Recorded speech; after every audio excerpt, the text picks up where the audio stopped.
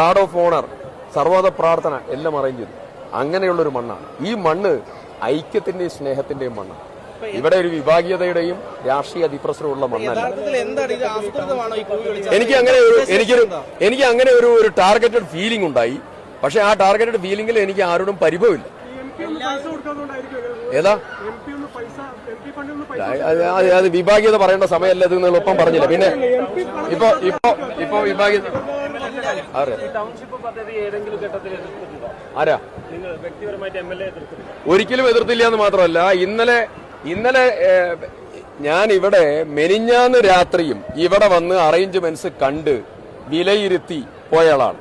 ഞാൻ അരുൺകുമാർ എന്ന് പറയുന്ന സ്പെഷ്യൽ ഓഫീസറുമായി മെനിഞ്ഞാന്ന് രാത്രി അടക്കം അറേഞ്ച്മെന്റ്സ് ഒക്കെ പ്രോപ്പറായി പോവുമല്ലേ എന്ന് ചോദിച്ച് ഇവിടെ നിന്ന് പോയ ആളാണ്. അങ്ങനെയാണ് ഞങ്ങൾ ഇതിനൊക്കെ കാണുന്നത്. അല്ലാതെ ഇതിപ്പോ സർക്കാർ നാളെ ഇപ്പോ മെയ് മാസം ജൂൺ മാസം ആയി കഴിഞ്ഞാൽ ഈ പുനരധിവാസ പ്രവർത്തനത്തിന് ഇതിന്റെ തുടർച്ചയ്ക്ക് നേതൃത്വം കൊടുക്കേണ്ടത് ഏത് ഗവൺമെന്റ് ആണെന്ന് ജനം തീരുമാനിക്കും. ഞങ്ങൾ വിശ്വസിക്കുന്നു പൂർണ്ണമായും UDF അധികാരത്തിൽ വരും. ഞങ്ങൾ ഇവരുമായിട്ട് സംസാരിക്കേണ്ടി വരില്ലേ? ഇവരെയും കൂട്ടി യോജിപ്പിച്ചു പോകേണ്ടി. അതൊക്കെ ഭരണകൂടത്തിന്റെയും രാഷ്ട്രീയത്തിന്റെയും വ്യത്യസ്തമായ സമീപനങ്ങളായിരിക്കും. പക്ഷേ ഈ പ്രവർത്തനങ്ങൾ ഒന്നിച്ചൊറ്റക്കെട്ടായി കൊണ്ടുപോകേണ്ട ഒന്നാണ്. ആ പ്രവർത്തനം ഇന്ന് ഏറ്റവും ആശ്വാസകരമായ ദിവസമാണ്. ആ ആശ്വാസകരമായ ദിവസത്തിൽ ഇങ്ങനെ മാനസിക വിഷമം ഉണ്ടാക്കുന്നതായിരിക്കുന്ന സമീപനങ്ങൾ ഏതെങ്കിലും കോണിൽ നിന്ന് ഉണ്ടായിട്ടുണ്ടെങ്കിൽ അത് ശരിയായ രീതിയായി ഞാൻ അങ്ങോട്ട് അപ്രോച്ച് ചെയ്യും. ഞാൻ അടിയന്തര പ്രമേയം അവതരിപ്പിച്ചിട്ടുണ്ട്. ഞാൻ ചോദ്യങ്ങൾ ചോദിച്ചിട്ടുണ്ട്. ഞാൻ മുഖ്യമന്ത്രിയെ നിരവധി തവണ കണ്ടിട്ടുണ്ട്. മന്ത്രി രാജനെ നിരവധി തവണ കണ്ടിട്ടുണ്ട്. ഞാൻ കലക്ടറുമായി നിരവധി തവണ സംസാരിച്ചിട്ടുണ്ട്.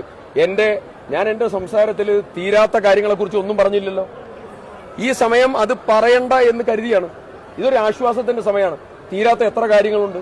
ഒരു അമ്യൂണിറ്റീസോടെ സ്റ്റാർട്ട് ചെയ്തിട്ടില്ല. പാതി വീട് പോലും പൂർത്തിയായിട്ടില്ല. എനിക്ക് വേണം കുറ്റപ്പെടുത്തി. ഞാൻ കുറ്റപ്പെടുത്തില്ല. കാരണം ഇത്രത്തോളമെങ്കിലും ആയല്ലോ ഈ ദുരന്ത ബാധിതർക്ക് വേണ്ടി. അതാണ് നമ്മുടെ ആശ്വാസകരമായ നടപടി.